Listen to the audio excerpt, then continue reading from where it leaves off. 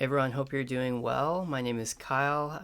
Welcome to my first video on NHL 26 franchise mode, and we are starting this year with the Winnipeg Jets, another Canadian team. If you watched my Ottawa series from last year, continuing in my attempt to bring winless teams, Cup winless that is, their first Stanley Cup in franchise history. So starting off with the Jets.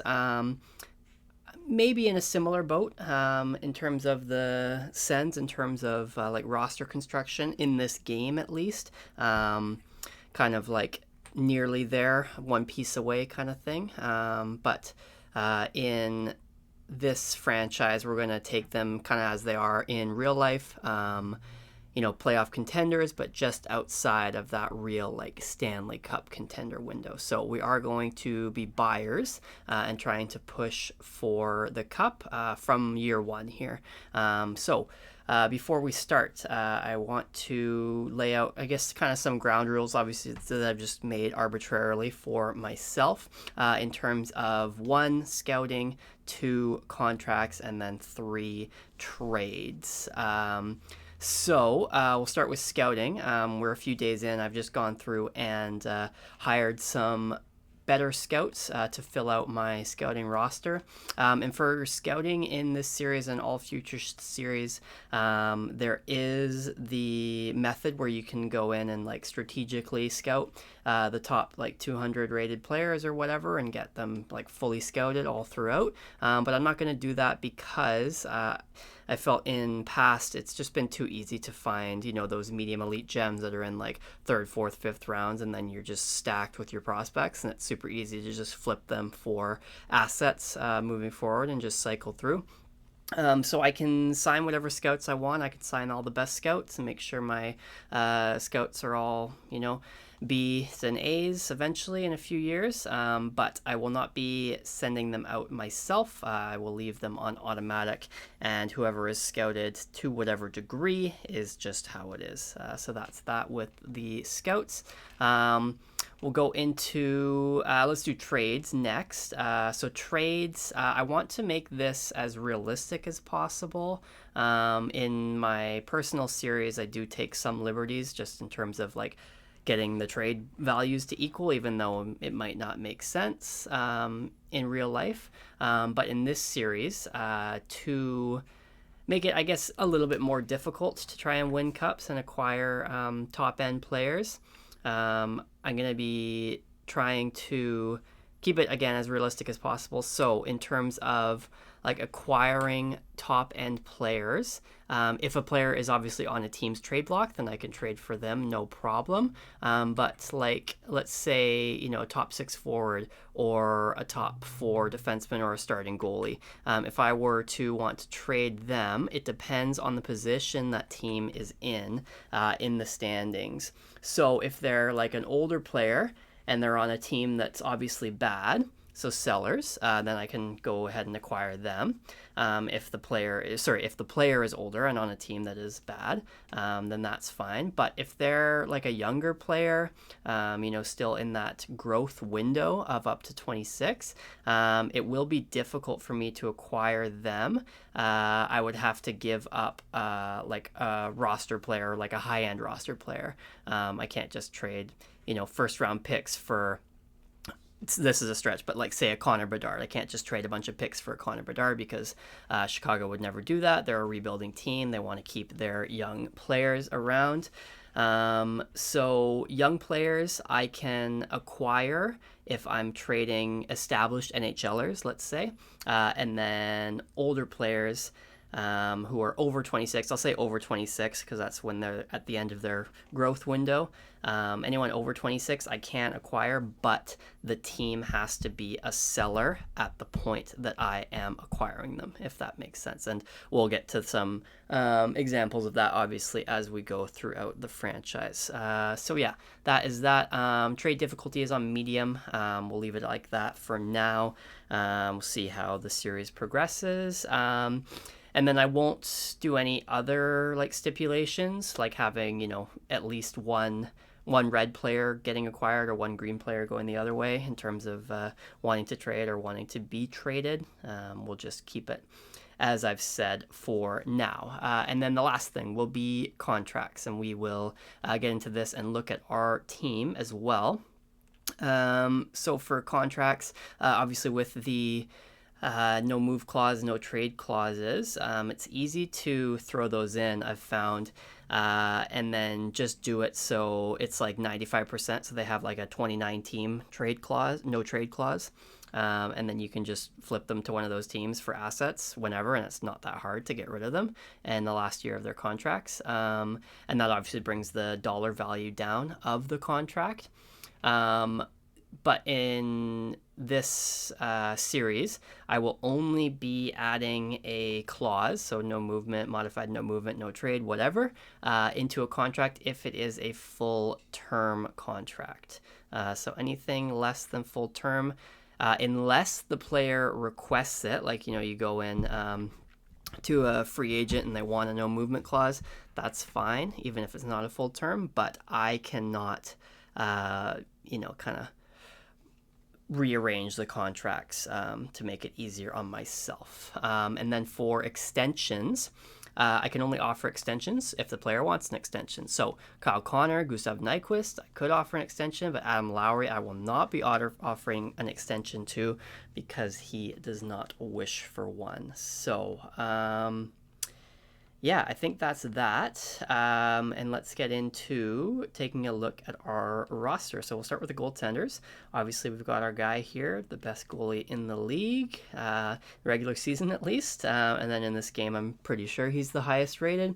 94 overall, Connor Hellebuck should be an absolute stud until we get to the playoffs, and then we'll see. So he has 6 years left, which will take him till he's 38. So a contract might be kind of rough in the last years, depending on how quickly he drops off. But for now, he is looking very good, and that 8.5 is looking like a steal at this current moment. We have Comrie as the backup, which is fine.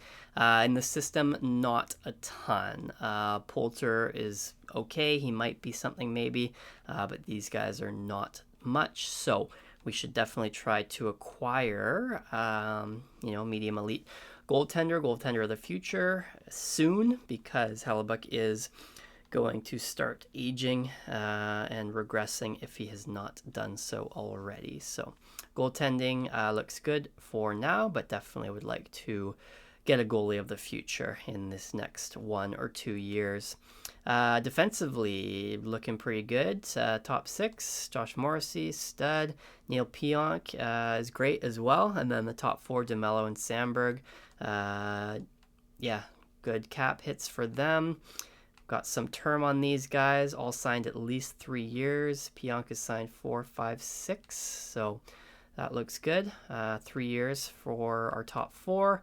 And then we have Luke Shen, who's a solid top 4, but on the bottom pair will be great. And then Stanley or Heinola will be on the other side. Defense looking good. In the system, not a ton. Colin Miller as well as that kind of 7th defenseman.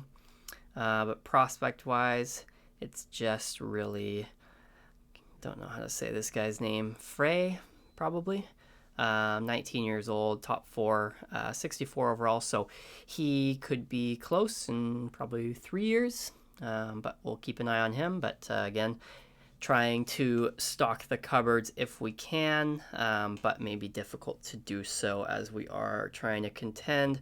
So we may be flipping some of these prospects for established players. But again, for now, the defense looks really solid. Only downside, Pionk not really top 2, but he will be good. As well as Morrissey obviously is, but both offensive defensemen, so we'll see how that turns out. But for now, for sure the top four, and then the whole defense core is looking good. So lastly, the forwards. We obviously have our main guys, Kyle Connor, who we will need to offer an extension to, which we'll do after we look through here. And then Mark Scheifele as well. Connor obviously up this year, and Scheifele has some term, 4, 5, 6. Yeah, 6. So that'll take him until he's 38 as well. So basically Scheifele and Hellebuck signed until they kind of age out. So that's fine. Good for now. We'll see how it is later. Gabe Vilardi, new contract. He's looking good. 1 more year of growth potentially for him. But he's going to play on this top line for now with Connor and Scheifele. So hopefully we can get a good season out of him, and he can get up to, around 90 overall. That would be good. And he's signed 6 years as well. So top line looking great. Second line, Lowry, Nyquist, Perfetti. Pretty decent second line. All of these guys, however, are up at the end of this year. We'll try to sign Perfetti long term, and then we'll hold off on Nyquist and Lowry just because they are older. But that'll be a good second line for now. And then third line, got Niederreiter, Iafallo, Nemesnikov, or I guess we'll look at the bottom 6 here. Tanner Pearson, Jonathan Taves. He's decent defensively. Probably more of a fourth line, though. But depends if Iafallo. No, he can't really take faceoffs. So Taves might end up being that third line center just because of his faceoffs. But Niederreiter will be good on that third line. Iafallo as well. And then Nemesnikov can probably be that third line center. And then we'll go like Tanner Pearson, Taves, and one of these guys, Barron or Gustafson. So, yeah, that looks decent for the forward core. Would ideally want like a slightly better second line center and second line as a whole, but I think that'll be okay for now. In the system, who do we have? Yeah, Brad Lambert, probably 1 year away. He's our top prospect. Fajimo, top 6. He's got a couple more years of growth, so maybe he can get up to that kind of NHL range overall wise. And then a couple of these guys, Yeager and Barlow, still just 20, so they've got quite a few more years of growth. Probably 2, maybe 3 years away from NHL ready for these guys. And yeah, so basically it's Lambert and then a couple of other guys that are decent, but he's our only elite potential prospect. So we'll see what ends up happening with that. But anyway, let us first do some contract extensions. So this year we do have $5.5 million in cap space, which is good. Allows us to make some moves if need be. And now for Kyle Connor, I don't really want to pay him like a crazy amount, but he is a franchise player. He is 92 overall, still just 28. Long-term deal would take him to he's 36. So that would be fine. So I would definitely be willing to pay him a decent amount. I'd go up to probably about 12.5 for him. So let's see what he would like. 10.4, that's perfect. Yeah, so that is excellent. This will definitely be a deal that we will be offering straight away. He does just want 6 years. So do we go for 8 and bump up the price a little? Or do we just keep it at 6?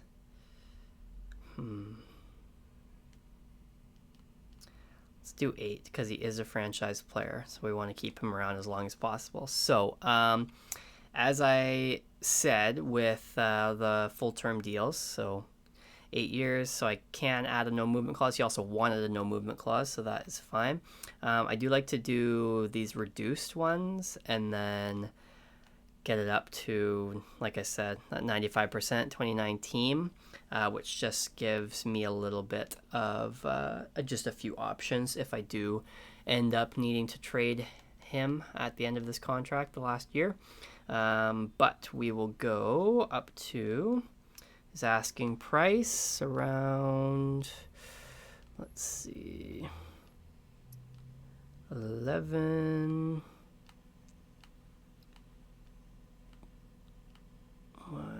Where does it tick over there?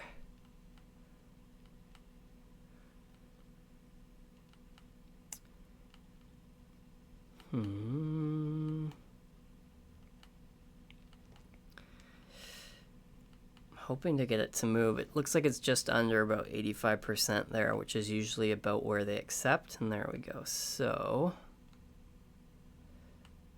let's try that. 11.925 for 8 years, with a no movement clause, full for the first 4 years, and then a reduced 29 team no trade for the last 4 years. So we'll see if he likes that. The other guy we are wanting to extend is Cole Perfetti. So he's 23 years old, top 6 medium. Still definitely a few good years potential-wise in him. And I'm going to pay him like a second line forward, which he is listed as. So he'll probably want money as a second line forward. So for him, I would go up to about 7.5. So let us see what he wants. 4.8. That's insane value. Great. He does only want 3 years. Let's see if we get up to long term. No, that's okay. Yeah, he's just top 6 potential, so I'll just give him the term he wants, but we can bring the price way down on this. 3 years works out well as well with our other guys. Well, also with our other guys, like Velarde. No, not Velarde. Morrissey and Pionk. So let's go about there. 4.075 for 3 years for Cole Perfetti. And then, like I said, Lowry I'm not going to offer because he doesn't want one. Nyquist is old, so I won't offer him an extension. Pearson doesn't want one. Taves I can't. Gustafson, whatever. And then Anderson, Dolan, whatever. Defensively, Shan again, old. Heinola, maybe we'll offer him one, but he's only a depth D, so he won't want much unless he has a huge jump for whatever reason. So that'll be fine there. And then Comrie doesn't want one and is also old and a backup. So that looks good for that. Yeah, so let us now just check out how the lines are looking. And then we will probably end the video there, and then in the next video we'll start up the season. So firstly, forwards, as I said, top 6 is pretty set with these guys. And then we'll go 1, 2, 3 for the third line. Taves, Pearson, and yeah, we'll play Morgan Barron, I think. Who's better defensively? Gustafson actually is better defensively. Yeah, okay. So we will send down Barron and JD, and that'll be our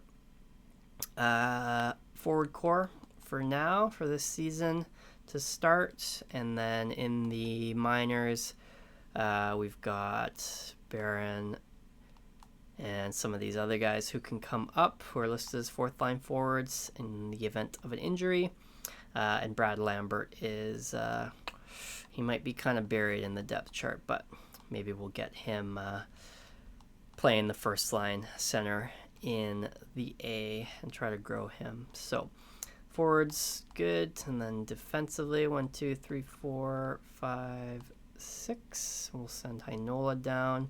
He can play on that top pair in the AHL.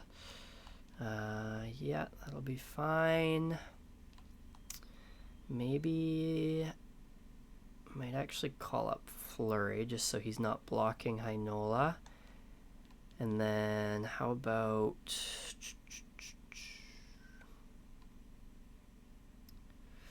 maybe call up these guys as well.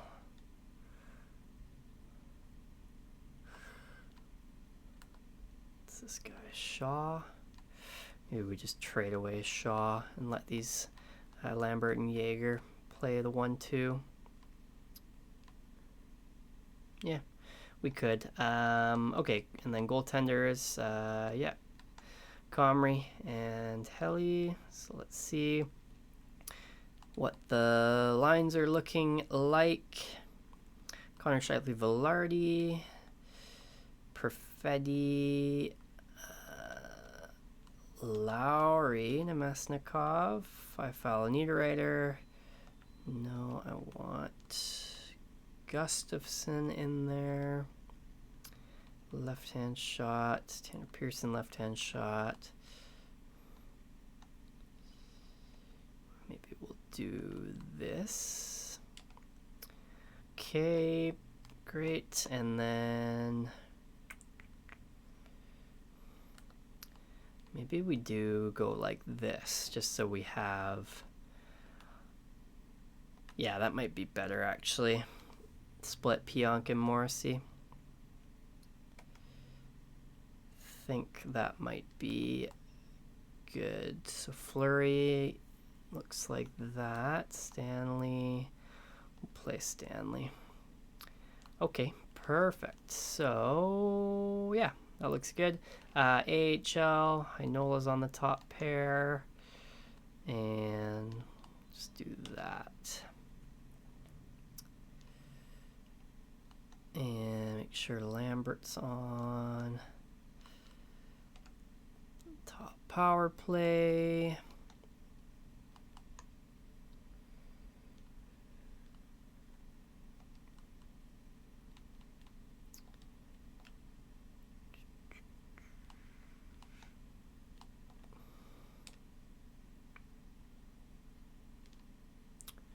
Okay, cool.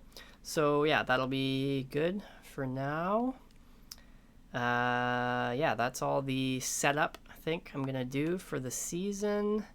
We'll maybe give Hellebuck a season goal for the Vezina, because that seems definitely possible, and maybe Connor and Shifley some Hart or Art Ross goals, Morrissey the Norris kind of thing.